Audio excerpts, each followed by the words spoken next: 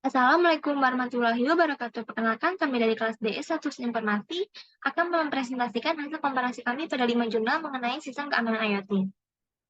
Sebelumnya, izinkan kami memperkenalkan diri. Saya Siti Duna Anggraini dengan NIM 2210512040 dan rekan saya. Kenalkan, nama saya Nida Febian Kanawawi dengan NIM 2210512009. Saya Inun Pasyaksan dengan NIM 2210512014.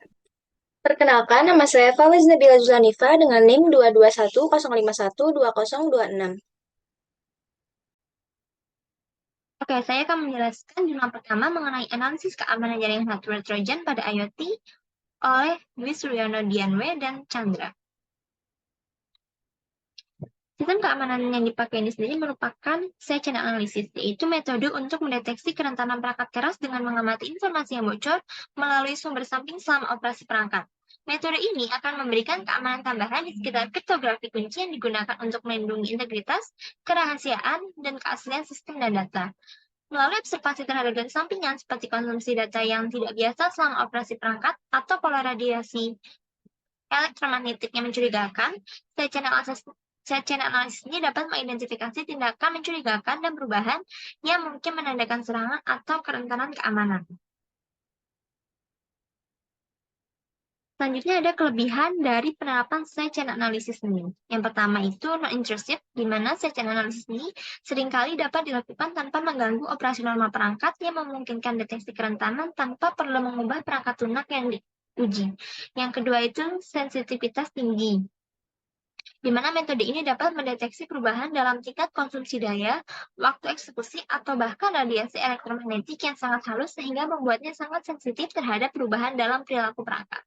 Lalu ada juga memungkinkan pendeteksi serangan yang sulit, yang bahkan mungkin sulit nih buat dideteksi sama metode keamanan yang lainnya. Di samping kelebihan dari side channel analysis ini sendiri, ada kekurangannya. Yang pertama itu kesalahan interpretasi, di mana data dari side channel analysis ini memerlukan analisis yang cermat dan ahli untuk menginterpretasikannya agar tidak melewatkan serangan yang sebenarnya. Lalu yang kedua, biaya dan peralatan yang mahal. Jadi diperlukan alat dan perangkat keras mahal untuk melakukan side analysis ini.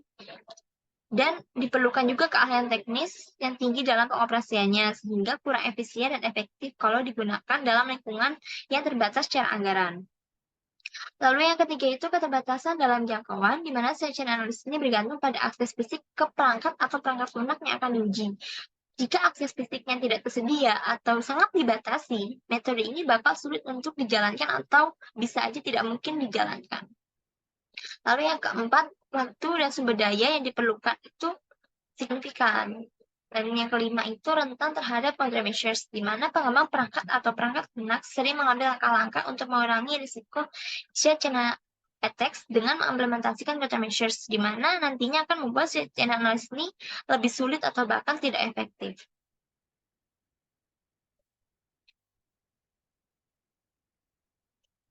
Lalu jurnal yang kedua ini mengenai penggunaan teknologi enkripsi end-to-end pada perangkat IoT oleh Rahmatullah Rizky.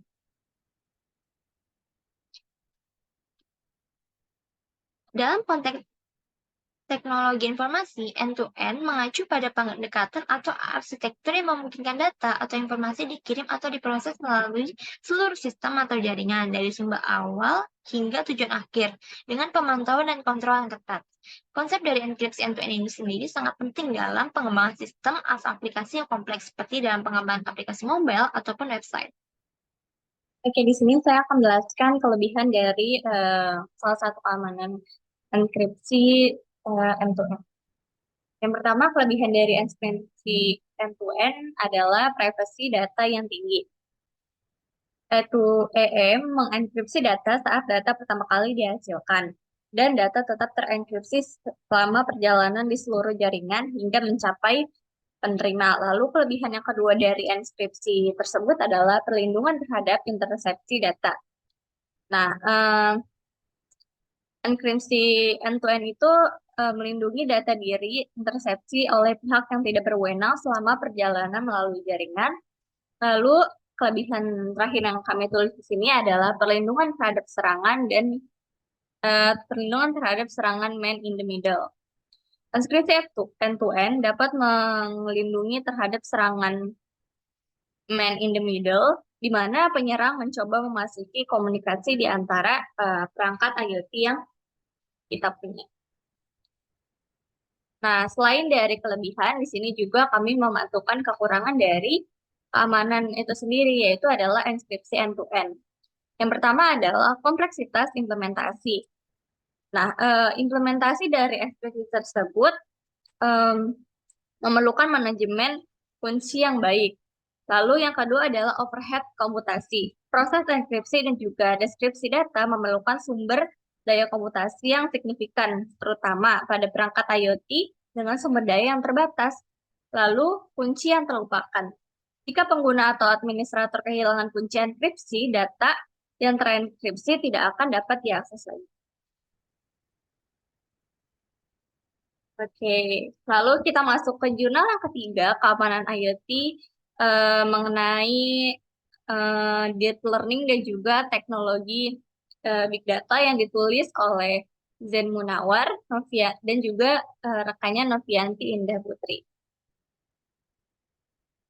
Oke, sebelum kita masuk ke kelebihan dan juga kekurangan dari deep learning, teknologi big data, di sini kami akan menjelaskan terlebih dahulu apa sih deep learning, teknologi big data, dan juga keamanan IoT. Pertama adalah deep learning.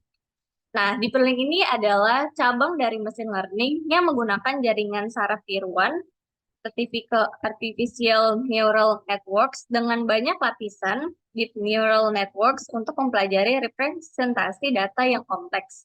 Lalu yang kedua adalah teknologi big data. Teknologi big data menggambarkan volume yang besar, kecepatan tinggi, dan juga keragaman data yang kompleks yang tidak dapat diolah dengan menggunakan metode tradisional. Lalu yang terakhir adalah keamanan IoT. Keamanan IoT adalah upaya untuk melindungi perangkat dan juga jaringan IoT dari ancaman keamanan seperti serangan cyber, pencurian data, dan juga manipulasi perangkat. Selanjutnya, di sini saya akan menjelaskan kekurangan dan juga kelebihan dari teknologi big data.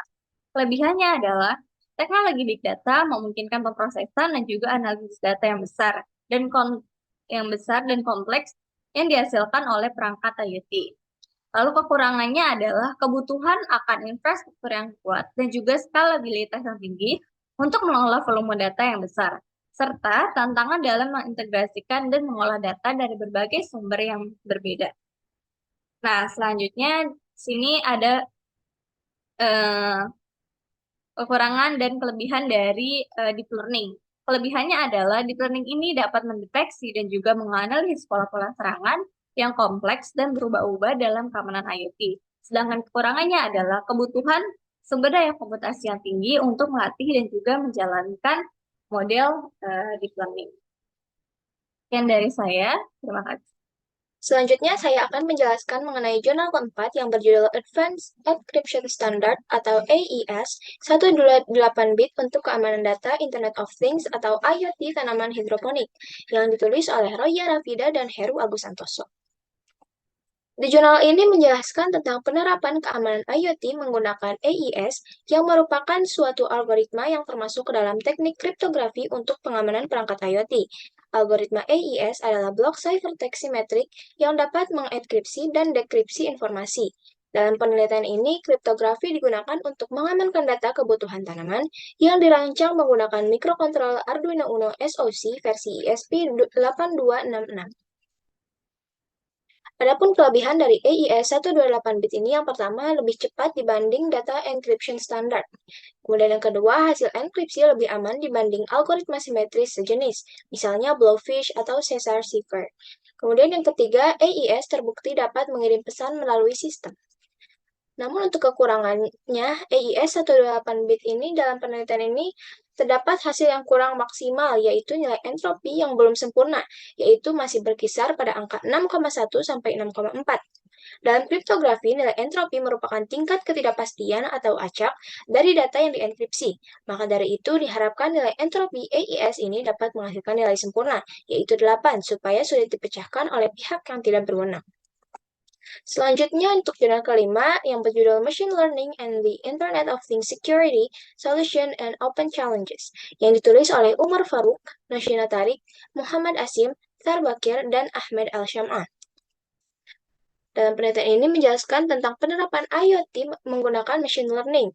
Machine learning adalah metode intelektual yang digunakan untuk mengoptimalkan kriteria penyajian informasi atau pengalaman terkini melalui pembelajaran. ML fokus pada identifikasi pola dan perilaku yang mencurigakan dalam data IoT. Ini berfokus pada deteksi dan prediksi ancaman cyber. Selanjutnya, kelebihan machine learning yang pertama ada keakuratan deteksi. Solusi berbasis ML seperti DL dan SVM mampu memberikan akurasi deteksi tinggi dengan mengidentifikasi serangan malware yang rumit dan adaptif. Kemudian yang kedua, pendeteksian anomali. Dengan menggunakan teknik seperti autoencoder yang mampu mendeteksi perubahan atau anomali dalam kode perangkat dengan mengidentifikasi malware yang berusaha mengubah kode operasional perangkat. Lalu yang ketiga, kemampuan klasifikasi. Penggunaan decision tree dan k-means clustering memungkinkan klasifikasi jenis malware dan pola perilaku dengan baik, di mana dapat membantu dalam identifikasi serangan berbeda. Adapun kekurangan dari machine learning dalam penerapan IoT ini, yang pertama, sumber daya terbatas. Solusi ML kompleks memerlukan komputasi yang signifikan, yang mungkin tidak sesuai dengan perangkat IoT yang memiliki daya pemrosesan terbatas. Lalu yang kedua, memerlukan kumpulan data besar. Guna melatih model ML yang efektif, diperlukan kumpulan data yang besar. Pengumpulan data yang sesuai bisa menjadi tantangan dan sumber daya penyimpanan dapat menjadi masalah. Selanjutnya yang ketiga, validasi. Hasil deteksi serangan menjadi tantangan penting. Hasil positif palsu atau serangan yang dirancang untuk mengelabui model ML dapat mengancam keamanan sistem. Lalu yang keempat, keamanan yang rentan. Berpotensi keamanan yang rentan terhadap serangan yang dirancang untuk mengelabui sistem ML. Serangan terhadap model ML itu sendiri juga bisa menjadi ancaman. Baik, selanjutnya saya akan menjelaskan komparasi sistem keamanan IoT berdasarkan pembahasan kelima jurnal yang telah dipaparkan oleh rekan-rekan saya sebelumnya. Komponen komparasi yang akan dilakukan di sini ada 5 komponen. Yang pertama, side channel analysis, kemudian enkripsi end-to-end, diikuti oleh advanced encryption standard, selanjutnya deep learning and big data, dan komponen yang terakhir yaitu machine learning. Komparasi yang pertama dilakukan pada titik fokus kelima komponen. Yang pertama dalam side channel analysis, di sini berfokus pada pendeteksian kerentanan perangkat keras dan pengamatan perilaku fisik perangkat IoT selama operasi. Kemudian pada komponen enkripsi end-to-end, ini berfokus pada melindungi data dengan menekankan pada perlindungan terhadap intersepsi dan penyadapan data selama perjalanan. Kemudian pada komponen advanced encryption standard, berfokus pada melindungi data dengan mengenkripsi komunikasi dan penyimpanan data. Kemudian pada komponen deep learning and big data, ini berfokus pada analisis data besar dan kompleks untuk mendeteksi ancaman dalam skala besar. Dan yang terakhir pada komponen machine learning, berfokus pada identifikasi pola dan perilaku yang mencurigakan dalam data IoT dari ancaman cyber. Kemudian, komparasi pada kecepatan kinerja. Dalam komponen side channel analysis, umumnya memerlukan sumber daya tambahan untuk peralatan pengukuran dan analisis, tetapi tidak memengaruhi kinerja perangkat IoT. Dan pada komponen enkripsi end-to-end, kinerja dapat dipengaruhi oleh tingkat kompleksitas enkripsi dan dekripsi.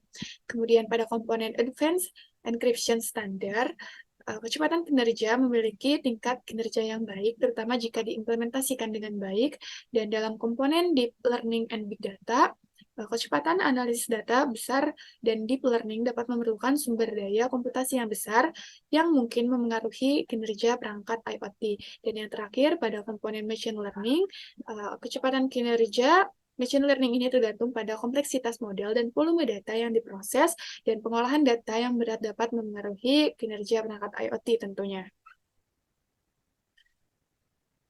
Kemudian dalam komparasi kompleksitas implementasi, di mana dalam komponen side channel analysis, implementasi memerlukan peralatan dan perangkat pengukuran yang kompleks, serta pemahaman tentang analisis data.